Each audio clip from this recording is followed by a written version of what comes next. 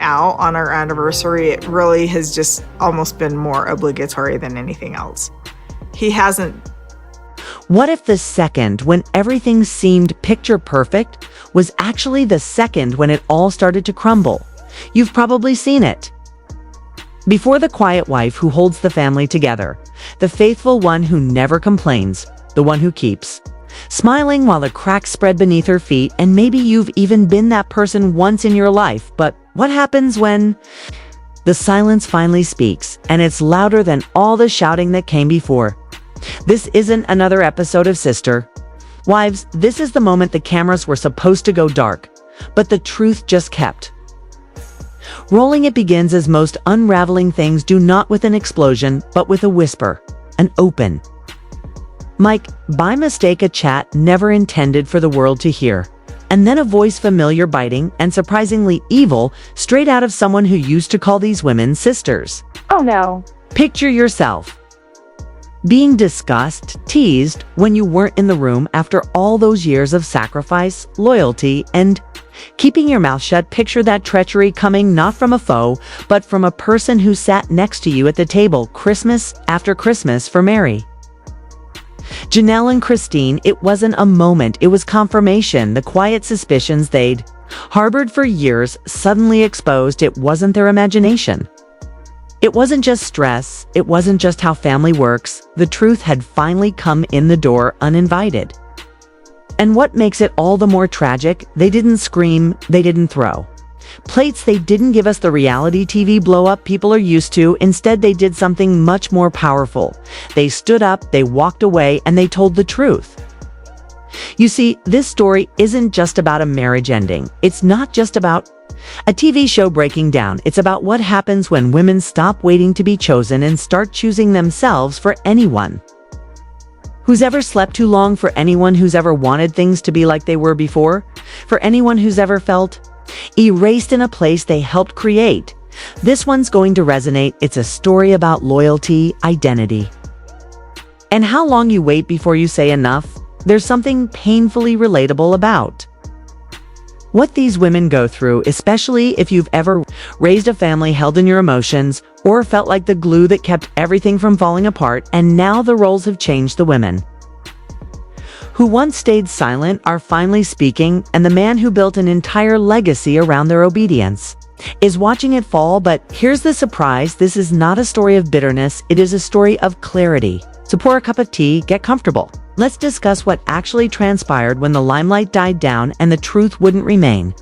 concealed, because after you listen to what was revealed in that confidential recording, you'll realize this was not the fall of a family. It was the ascendance of the women who withstood it. And that's where our story starts. You know, it actually does look like Kody and Robyn have some sort of scheme, something they've been quietly figuring out for themselves about how to approach this. And believe me, I wouldn't be shocked if Janelle has a plan as well. What we get to see when the cameras are rolling may be only half the story, but here's something about the truth. It doesn't remain secret forever. Behind the scenes of what had seemed like a fairy tale marriage, the cracks were beginning to appear. What had been silence once considered strength was beginning to sound rather more like surrender. And at the center of all of that unraveling was a moment no one had anticipated: a secret tape, a shattered illusion. The start of the end of a reality television empire that had been followed by many for years. This is when Sister Wives went from being simply a show and into a full-blown war zone, and all while it was happening, the microphones never stopped recording. It was wrapping up, the filming was over, the boom mics were stowed away, the lights were shut down, and production vans were leaving. The kudsak, all was said to be done, but it wasn't somehow a small mic, one of those flip-on mics hiding under Kody Brown's shirt hadn't been turned off. It was still active, still rolling. What it picked up wasn't intended for anyone outside that room. Kody leaned back on the couch as if he had the burden of the past 20 years on his shoulders. His shirt was half hung out, slumped over from exhaustion. You could practically see the air around him become thicker. He massaged his temples and grumbled into his chest. This enter a situation is disgusting. Robyn stood in the doorway, arms folded tightly over her chest. She did not yell. She didn't have to. Her silence was enough. What did you just say? she said stiffly. Kody didn't even look up living this way, the pretending, the lies, you, me, all of us. His voice was low, but he spoke as if he spat out poison, and that was it. That was when the mask dropped. Robyn stood there. In shock, she literally took a step back as if the words had physically landed on her. So you're blaming me now? She snapped. Kody didn't raise his voice, but his tone cut through the air. You spin everything around, you cry, you turn things around.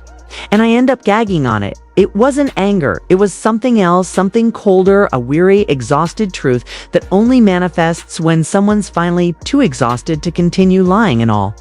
Of it was still being taped, every single word, unadulterated. Unfiltered, painfully unplanned, but that wasn't the first time Robyn's own words haunted her. Later that evening, what she believed was in the comfort of her own bedroom, Robyn confided in a producer she respected. She was unaware a backup recorder kept running on a shelf with an earshot with still rolling tape. Her voice had shifted. This wasn't the Robyn who was aware of the cameras observing this time. Her voice broke with irritation. He actually blamed me. She wept and then stopped her, grief turning into something keener. Janelle's out there playing martyr, some pioneer woman. Just scoffed, and Meri, she's some moping Victorian specter. This was not a midnight emotional outburst. It was biting. It was intentional. This iteration of Robyn foul-tempered and lashing out was not the person her fans believed. They knew she paced the room, railing about being the sole one, still attending the sole one keeping the family together. The sole one Kody should have stood up for. They should be thanking me, she growled. I kept this whole circus from falling apart, she laughed, but not that laughter of joy. No, this laugh was sharp, bitter. The kind designed to mask something which had long soured. That laugh, along with the rest of her rambling late-night speech, was added to what would become on the internet known as Clip 14, do not delete, nobody knows. Precisely how that clip leaked out, no note, no return address. Just a simple envelope holding a flash drive sent discreetly to a retired show editor initially. It was curiosity, but within hours that curdled into shock by dawn, the complete audio had leaked onto Reddit, and from there it caught fire. This was not speculation anymore. Fans weren't speculating. They were listening to Robyn, unvarnished, unfiltered, ridiculing the very women she once referred to as sisters. The fade was removed, and once people heard it, they couldn't help but hear it. Janelle didn't need to hear the entire thing to get it. She'd lived it, but that moment hearing Robyn call her a martyr with a complex cut differently, that wasn't on camera, that was Robyn's true voice, the one she reserved for when nobody was supposed to be hearing it, alone in her own kitchen. Shaking with her hands, Janelle replayed, and then she too laughed. Not at anything funny, but because she was liberated. And finally, after all these years of uncertainty and second-guessing, it all made sense. She knew she'd watched it happen before her very eyes. Kody, piece by piece, falling apart, Robyn inserting herself into his innermost circle, the rest of them being pushed out one little moment at a time. Now everyone could see it too. The reality wasn't just known, it had a voice, and that voice was loud. The cameras were supposed to cut off, but fade it. Piers had other plans now. The lights were low, but the truth, it was burning brighter than ever. This was not just another installment of Sister Wives. This was the breakdown of the family's legacy, captured on film by the same individuals responsible for keeping it intact. So now we wonder, was this fate sabotage or merely the truth that wouldn't stay buried? Let us know what you think in the comments. Don't forget to like, subscribe, and ring the bell, because this story, it's not nearly over yet. The repercussions were real. You could sense the harm in the air, but this wasn't merely about love, lost, or broken hearts. This was about control and what occurs when the fantasy finally utterly breaks even. Robyn, Kody's so-called spirit wife. When Meri called me and asked me if we were going to do anything for our anniversary, I just said, well, I'm watching the kids. I needed a minute. Or whatever wasn't exempt from his disgust anymore. At the same time, on the other side of state lines, a phone rang. No hello, only one stark question charged with feeling. Have you heard it? Janelle didn't need to ask what it was. She knew years of Being at odds were finally over. Janelle and Christine were finally on the same page. Both had sacrificed so much, Christine more openly, Janelle more subtly. Both had hoped for far too long that this family they created still had meaning, that all their sacrifices counted. That dream was gone. Now killed. Christine was finished. Finished playing games, finished apologizing, finished sitting back and letting Robyn play the victim and manipulate from behind the scenes that mask that Robyn had. Warren had finally slipped, and beneath it, Christine saw the truth. This woman had never been one of them. She just pretended long enough to gain power.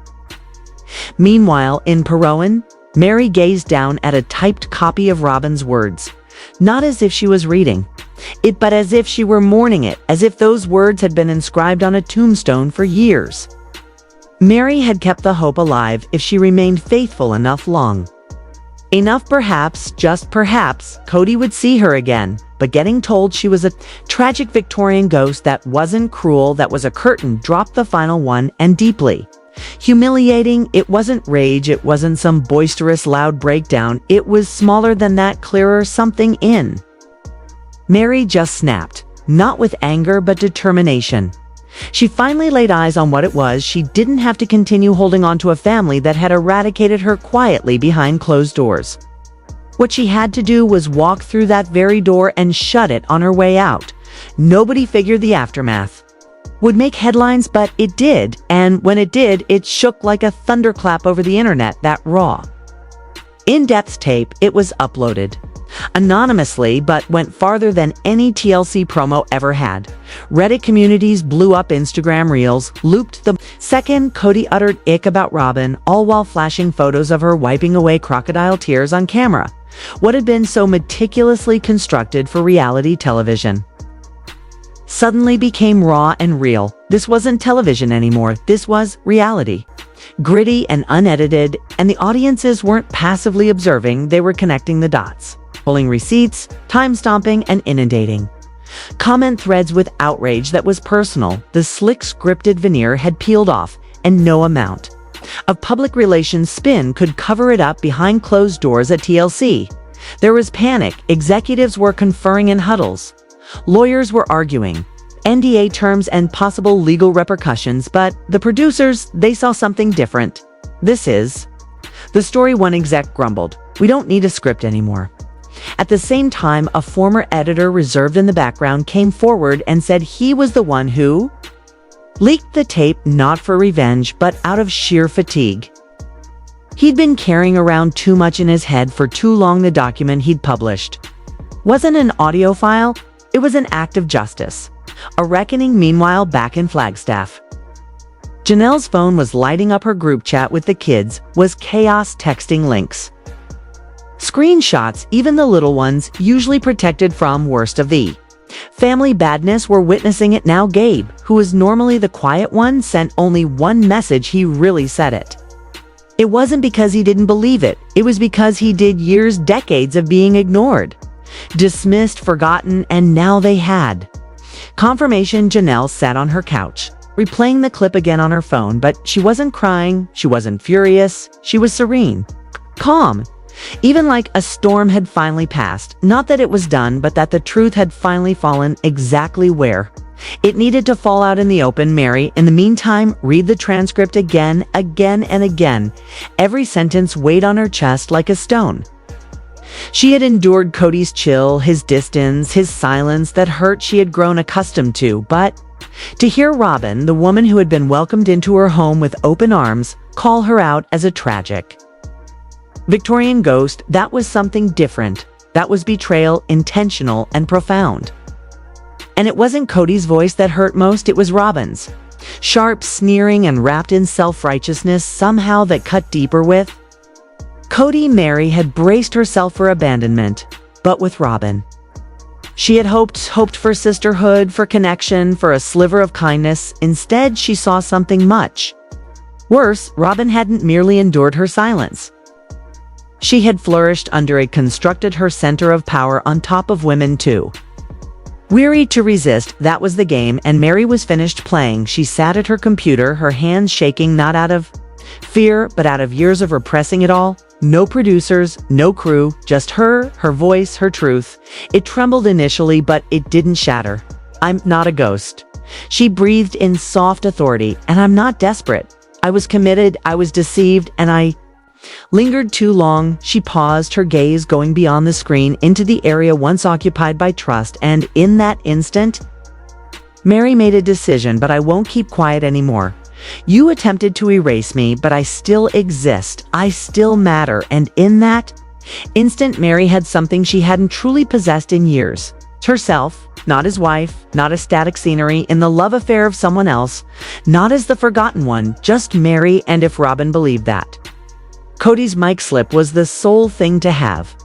Been exposed, she was more mistaken than she could possibly have known. The fallout did not remain contained. It bled into every quiet space which had previously concealed the family's cracks, and this time it could not be overlooked. Janelle sat at her kitchen counter, her hands shaking a little as she pressed play. She didn't gasp, she didn't cry, the words didn't shock her. If anything, they sounded familiar, like a nightmare she'd been practicing in her head for years. But hearing that venom, Robyn's voice, sharp and smug, still made her stomach turn. Martyr complex, Robyn had sneered. So self-sufficient, but she can't even get Kody to text her back. Janelle didn't blink. Instead, she emitted a quick, harsh laugh, not from amusement, but from relief. After all these years, the fabrication was outed at last, right there on tape. She was always the sensible one, the pragmatic one, the wife who remained stable while the others danced in drama. She did not fight for attention, she did not plead for attention. She bore the weight of the family in silence, without praise. Meri and I were in such a bad place. We were fighting. It was the same time she was asking me to stop staying at her. Meanwhile, Robyn worked the strings backstage. She cried on demand in front of the camera, then pulled strings behind the camera.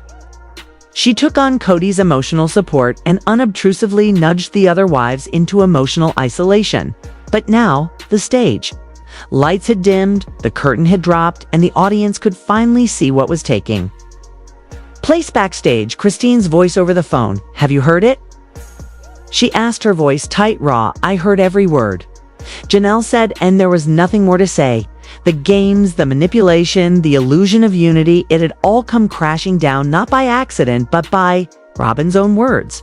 And for some reason, Janelle did not feel devastated. She felt free. It was as if someone had severed the last thread that had held her to a lovely falsehood. She murmured, as if to herself, it was never about love, it was about control. And now even Kody couldn't abide what Robyn had become. There wasn't any bitterness in her voice, just a sort of peace. For the first time in years, she wasn't trying to decipher Kody's moods or considering whether he had even noticed. She was alive. She was standing outside the wreckage, not beneath it, and that shifted everything. Because once you cease explaining away another's abuse, once you cease shrinking to fit their narrative, you start writing your own. And in that moment, Janelle took up the pen. Meanwhile, in a small bed and breakfast in Perrin, Meri sat at the window. A crumpled transcript lay beside a half cup of tea. She gazed out the glass, her mind elsewhere. Tragic Victorian ghost. It wasn't a vicious line. It was a razor, a rejection of all that she'd clung to, fought for, held her tongue about. She had endured more mean things in the years leading up to this, from Kody, from anonymous people on the internet, even from herself in the darkest moments. But from Robyn, the one she defended, the one she'd trusted, that hurt went deeper than any of the others. She caught her breath, not with sorrow, not quite. It was something more biting, hushed, smoldering anger, not the blow-up type. Not the flamboyant stuff, just a relentless, smoldering awareness. She had been shoved out of the way for years, kept on hand for appearances put up with, but never actually noticed, and yet she'd remained. She appeared. She bit back. She told herself that Robyn was fond of her, that Robyn regarded her as a sister, but now Meri saw it. She was never a sister. She was a placeholder. There until she was no longer useful. Meri opened her laptop, not for business, not for promotion. This time, it wasn't for anyone else. It was for her. I'm not a ghost, Meri said. Her voice was steady, quiet, but deliberate, and I'm done performing silence. There were no tears, no dramatic walkout, just the truth. And that finally was enough, because the deepest wound hadn't been delivered by Robyn's words. It was delivered by the fact that all this time, Meri had still thought she mattered. That her devotion counted, that years of showing up, of hanging on, meant something, but the fantasy was finally gone, and in its wake stood something much more solid. Not revenge, not resentment, resolve. Meri wasn't going to disappear this time. She wasn't going to be wiped away, and Janelle, her boots strike the pavement with determination. There were no cameras, no TLC crew following behind, just her and a crumpled copy of the transcript in her breast pocket. There was steel in her eyes. She wasn't going into a battle. She was going into the truth. Robyn had teased her, called her a martyr with an issues complex. But what Robyn never quite got was this: martyrs don't fall apart, they rise after all that. Janelle had been through raising children for the most part by herself, having survived emotional neglect, being the unobtrusive backbone of the family, yet always being nudged to the periphery. Now she was being ridiculed by the very person who had benefited most from her muteness, the door. Groaned open, Robyn stood there, arms crossed, eyes red, but hard. Janelle did not see sadness in her face. She saw pity for herself, and that was something Janelle had witnessed more often than she cared to admit. She stepped inside, not waiting to be asked. Meri came along behind her, serene and silent. They didn't say anything until they sat down at the old wooden table, the same table where they'd gathered for holidays, birthdays, fraught family meetings. But today that table wasn't family. Today it was a war zone. Janelle broke the silence. Her voice was crisp, firm, and razor sharp as glass. You don't get to cry and play victim while mocking the women who constructed this family.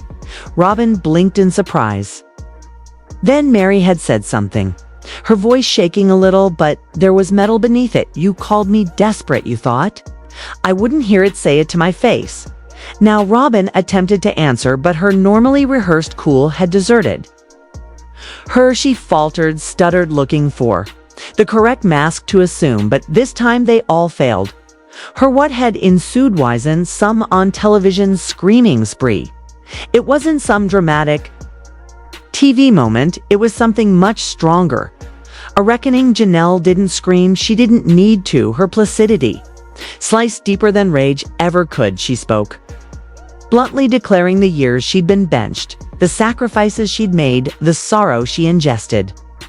Alone, Robyn attempted to defend herself, but it was clear she wasn't apologetic. She was bare, and for the first time in a long time, nobody was jumping in to save her, because this was no longer a show. This was reality. Outside, the wind, cut with cold, Meri tugged her shawl closer. Janelle let out a breath she hadn't even known she'd been holding. No apologies were made, no hugs, no vows to mend what had been broken, but something had changed, something significant. There was a silent release of freedom for the first time in years. They weren't seeking Kody's validation. They weren't reorganizing themselves to conform to a family system that never really accommodated them, and they weren't acting out roles in a production that had long since lost its significance. They had finally expressed themselves, not merely to Robyn, but to themselves. And within that home, Robyn slumped over the table. Her tears fell, not out of pity, not out of show, but out of a sort of disbelief, because in the silence that came after, she knew the power was no longer hers. She was left with her own words. She never supposed anyone else would ever hear words that had once given her control, now constricted around her, like chains. There was no spinning this. Not this time. Her husband had heard it. He overheard her deriding the very women he had once pledged were his spiritual equals, and the worst part, he didn't stand up for her. Not exactly, not any more miles away. Kody replayed the recording again. He did not say a word, no indignation, no apologies, only a slow, bitter quiet, the kind that creeps. And when a man understands that the empire he had created, an empire sustained by emotional manipulation and deliberate quiet, had finally dissolved, not by outside forces, but by the people within. The wives weren't joining forces against him. They were merely departing silently, deliberately. They were rewriting the narrative without him. Kody hadn't lost only marriages or a TV show. He lost the delusion of control. Janelle and Meri did not look back as they headed out to their cars too long. Their power had remained locked behind closed mouths and forced grins. It had existed beneath years of concession, of waiting to be selected, but now in the wake of betrayal. They stood tall, not because they were fixed, because they were honest. At last, they weren't wives any longer. They were witnesses, survivors, and they weren't seeking a seat at the table any longer. They were turning the entire thing over. The aftermath didn't come with fireworks. It came with silence, a peace neither of them had known in years. For Robyn, it was the quiet echo of her own breathing within a home that once vibrated with family life. The walls did not buzz with laughter or chaos anymore, only silence. Her phone remained motionless, no text from the producers, no group messages from the other wives, no invites, no updates, no holidays, only silence.